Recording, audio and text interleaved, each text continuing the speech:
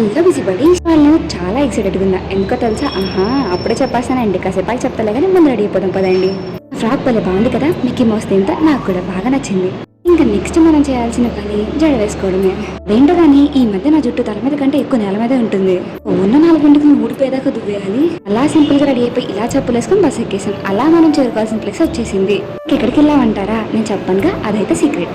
మనం భద్రంగా బ్యాగ్ వేసుకొచ్చిన డబ్బాని బుక్క ఒక్కేసుకోవాలి. నాకు రెడీ అయినప్పుడు ఏదో మిస్ అయింది అనిపించింది. ఈ వైట్ కోట్ వేసుకుని మొత్తం ఫుల్ఫిల్ అయిపోయింది. అంటే ఈ వైట్ కోట్ అంటే ఒక ఎమోషన్ కదా. ఇంతకీ నేను ఎందుకు ఎక్సైట్ అవుతున్నాను తెలుసా? చాలా రోజుల తర్వాత ఒక పర్సన్ కలబోతున్నాను. వాళ్ళ కోసం చాలా టైల్స్ చేశాను. వాళ్ళ కోసం కొన్ని వస్తువులు కూడా తీసుకున్నాను. పర్సన్ ఎవరు అంటే మీరు కూడా గెస్ చేయండి. పర్సన్ ఎవరో కాదు, మా మమ్మీ. మా మమ్మీ వస్తే బోర్డులను పప్పలు కూడా పట్టుకొచ్చారు నా కోసం. మా మమ్మీ కోసం తీసుకున్న వస్తువులు మమ్మీకి ఇచ్చేసి కంగ్రాచులేషన్, మీరు గెలుచుకున్నారని చెప్తున్నాను. ఇంకా మన ఆనందం ఆర్భాట అన్ని అయిపోయినాయి. కలిసిదాకా ఒక బాధ, కలిసినాక ఇంకో జిడ్డు మొహంతో కాకుండా కాస్త ఫ్రెష్ అయ్యి మా మమ్మీ ఏం తెచ్చారో చూసేద్దాం. ఇదంతా దీన్ని చూసి ఏముందిలే, ఇది చిన్న బ్యాగేగా అనుకుంటే నేను పప్పులో కాలేసినట్టే. ఇది మినీ సైజ్ డోరమన్ పాకెట్ లాంటిది. చూసారా ఎన్ని వస్తువులు వస్తున్నాయి బయటికి. బ్యాగ్ పక్కన పెట్టుకుని మన కోసం ఏం తెచ్చారో చూద్దాం. ఫస్ట్ గులాబ్ జామ్ కొంచెం పిండి పిండి అయిపోయింది. అయినా పర్లేదులేండి, తినేది మనమేగా. పైగా మమ్మీ ప్రేమతో తెచ్చారుగా, అందుకే టేస్ట్ చాలా బాగుంది. చికెన్ ఫ్రై, ఇంకా మన చోట స్టార్టర్ నుంచి చెక్కలు.